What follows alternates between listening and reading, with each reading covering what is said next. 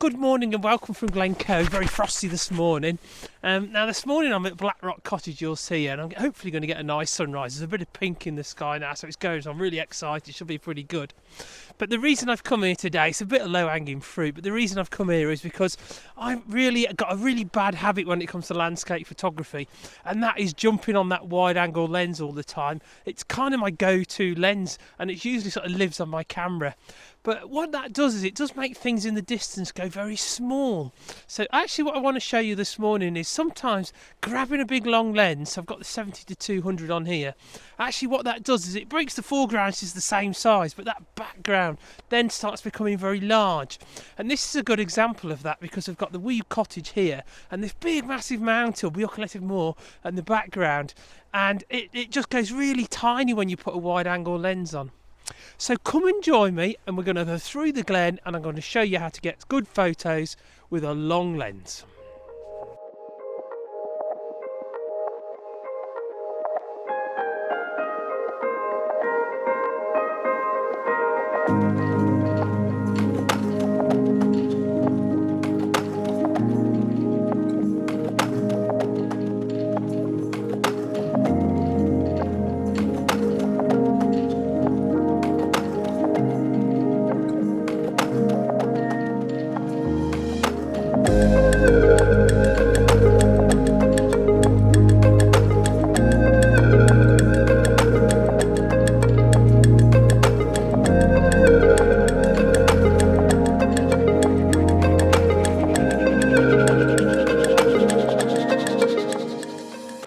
Yeah, so this is going to be really good. I've got some beautiful colour in the sky. It's just hitting that upper atmosphere, the sun is.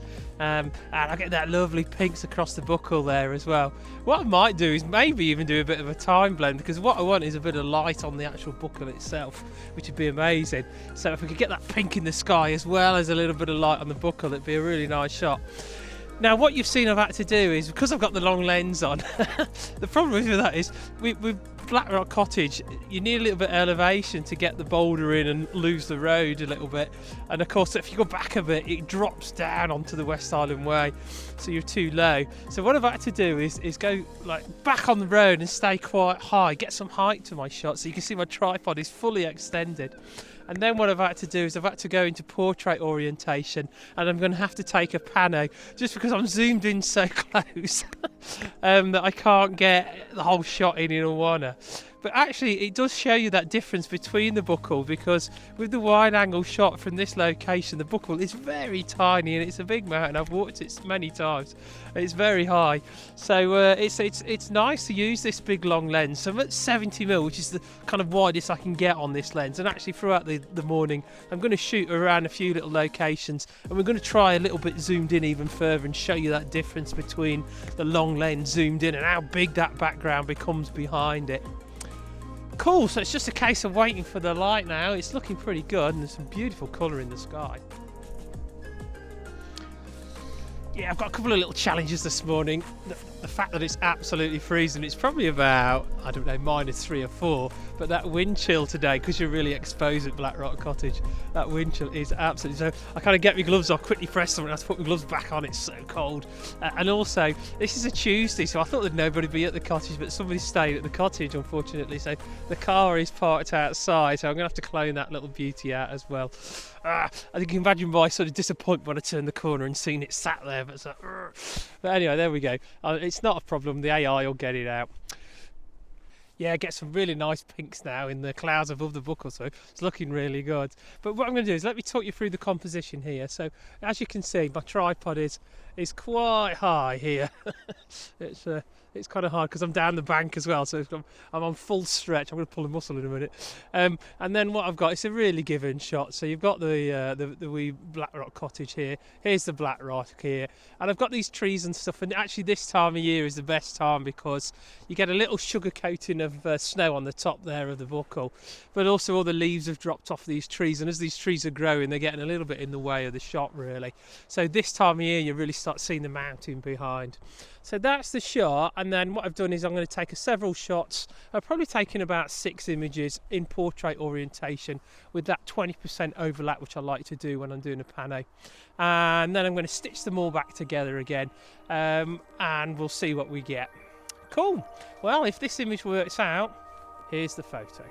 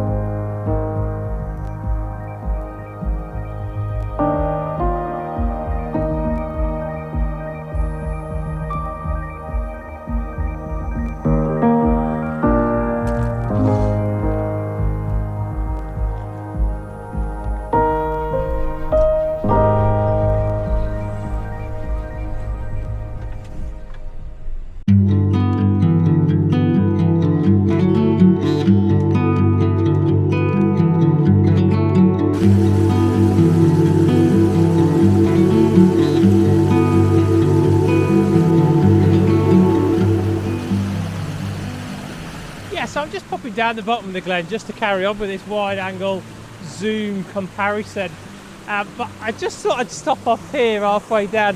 There's a little place, it's a bit of a gorge section, it's called Glencoe Waterfall, but it's kind of got named in the past as the meeting of the three waters. I don't believe it is quite the meeting of the three waters, and actually I did a blog on this a few years ago. I'll put the link at the top there, but this is now kind of called the meeting of the three waters. And it's become a bit of a TikTok craze. I've seen it, and the folks are plunging into this little plunge pool here. It's absolutely Baltic, so no way am I doing it this morning, I'll tell you that much. But what I did see is I wondered if there was a shot here, so I've kind of just cut out my little journey down to Acton Bay Cottage just to have a look if there's anything decent up here. And it's quite nice when I drive through the glen, and also when you watch these odd things that come up from Glencoe and you see different perspectives, and it's quite nice to just go and have a look and see if they work. So I've parked at the meeting of the Three Waters so-called car park, and then I've walked up to the little plunge pool here. I've even seen it called the fairy pools, which is stealing a little bit of Isle of Skye's glory, to be honest. But then I've walked up the burn a little bit, and what I'm interested in is I've got the Three Sisters of Glencoe on the left hand side here, and there's a couple of little big mounts here, little intermediate mountains here, and I just wanted to see if I could get up from the top of the mound and then have a look. So being lazy as I am, what I've done is I've got the drone out and I've thrown the drone up. So I've thrown the drone up just to see if there is a good composition to be had just at the top of these little mountains here, and I think it works out quite well. Just behind me is the study, and that's a beautiful perspective, a classic sort of shot of the Three Sisters of Glencoe. But I thought if I come across the gorge section and to this little plunge pool here, it's actually quite a nice little view, and you do get those Three Sisters, but from a slightly different perspective. So there's some potential here, maybe for sunset. I've gone and taken a drone image, so I'll show you the drone image.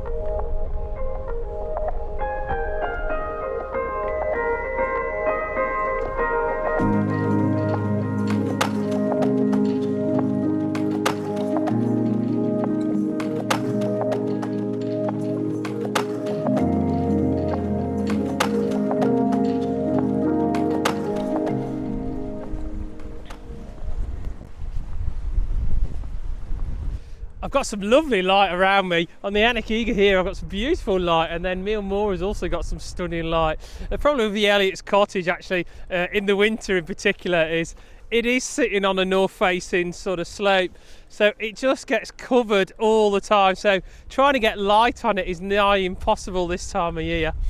You do get a little bit later on, but kind of coming more the summer months, the sun sets a little bit lower, and then that gets some light on the cottage itself. But actually most of its time, for months on end, it just spends all its time in shadow, I'm afraid. But okay, that's okay for us because it's still going to work for this little experiment. Okay, so I've strolled up the track and I've got pretty close to the cottage itself. I don't want to get too close because it's somebody's house. That's a bit dodgy. So I've got quite close to the cottage and I've put the wide angle lens on here. So this is a 14 to 30 lens. So what I've done is I've set my focal point at 15 millimeters. Okay, and then I'm going to take the first shot and I'll show you how kind of tiny the house looks, but also how tiny that mountain looks, particularly when I'm looking at it with the human eye, and it's very dominant in the shot but not in the photograph with the wide angle lens. Okay, so here's the first image at 15 mil. Yeah, I was still a bit close with the 30 mil, so I've gone back another 5, so that'll give me 10 meters away, and I've increased my focal point to 30 millimeters. Okay.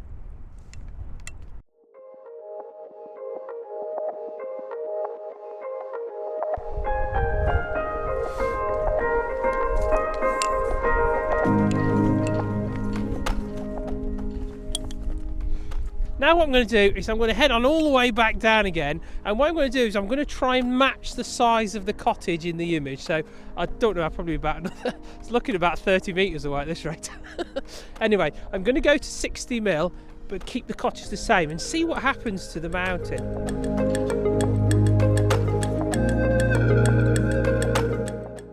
So this is turning into a bit more of a challenge than I thought, to be honest.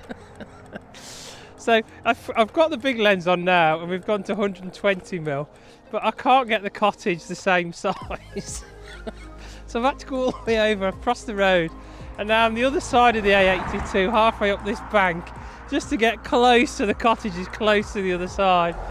And the problem is now, because I've got this this lens that's zoomed in at 120, I can't quite get it all in. It's so high, the mountain is so high. What I need is a wide angle lens. So anyway, this is a good example. It does show you the difference by kind of going away but zooming in, and how much the mountains get bigger when you do that. So here is the shot at 120 mil, and the cottage is roughly the same size.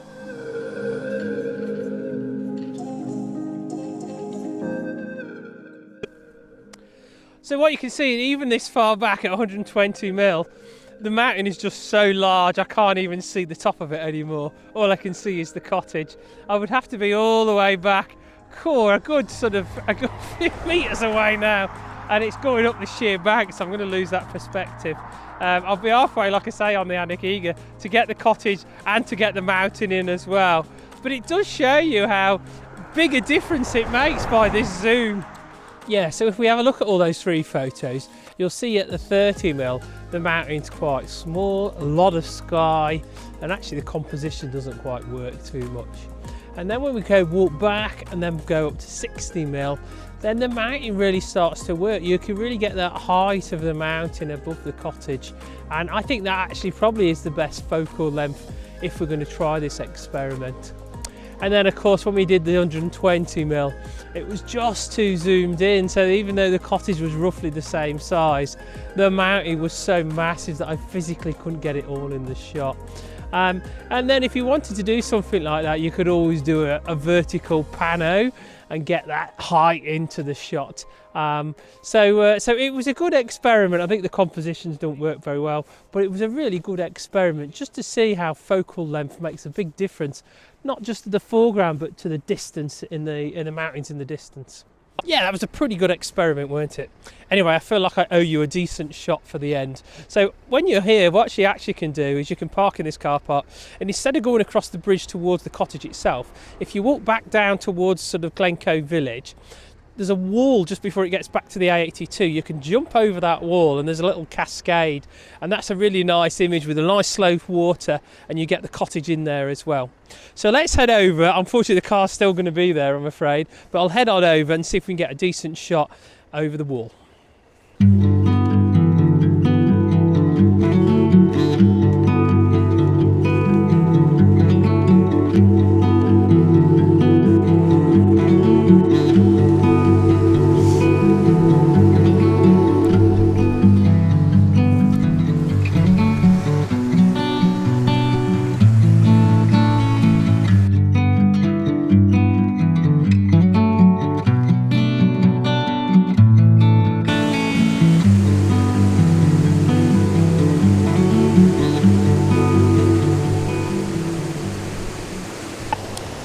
Okay, once you've come across the wall, come down a little bit, you'll see the little drop, and you get the kind of bridge looking off into the distance of Glencoe and Acton Bay Cottage here on the right hand side. There is a little like kind of rock peninsula that sticks out, so you kind of work your way across there. It's really dicey, so be very careful.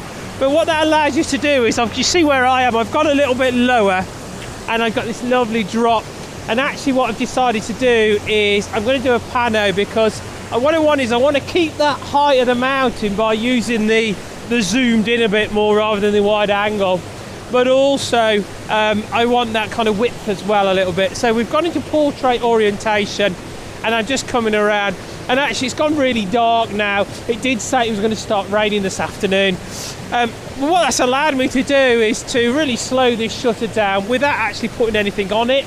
So I've got no filters or anything on it, and it has allowed me just to shut it down to, I've got a half a second here. So this is half a second.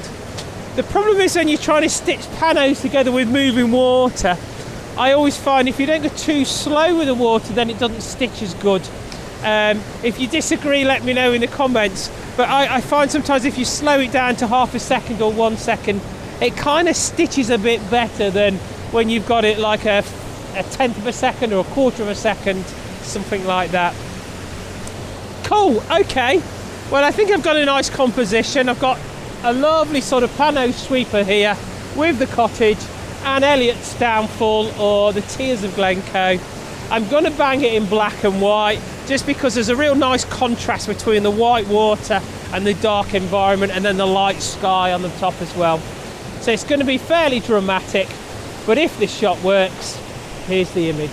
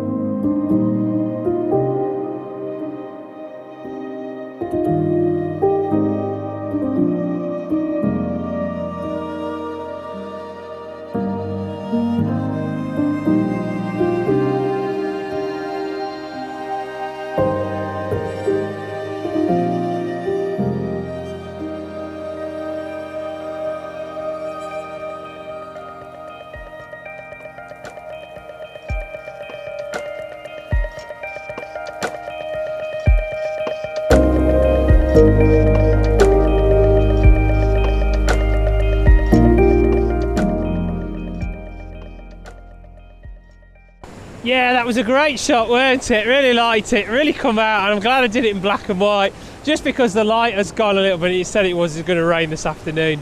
So it really works, it really pops the cottage, and using that slightly zoomed in just gives me that height to the mountains and the drama that I'm looking for. Now, I hope that was an informative video, and I hope you got something out of it. As usual, if you like what you saw, do me a favour, just go down and click on that thumb. Honestly, it really makes such a massive difference, and YouTube is free for you guys, but all I ask you to do is go down, because it really makes a big difference to my channel. And if you really like it, click on that subscribe button and the old bell, and you'll get a notification every time I post. Cool. Well, I'm nearly finished my camper van, so hopefully the next few weeks I might get one more video here, but then I'm going to head up north, and we're going to go up right on the north coast of Scotland to Durness over the next couple of weeks. So we'll see how we get on. When we get a video here beforehand, you'll see. when I post, possibly the next 2 or 3 weeks. Thanks so much for watching. We'll see you in the next video.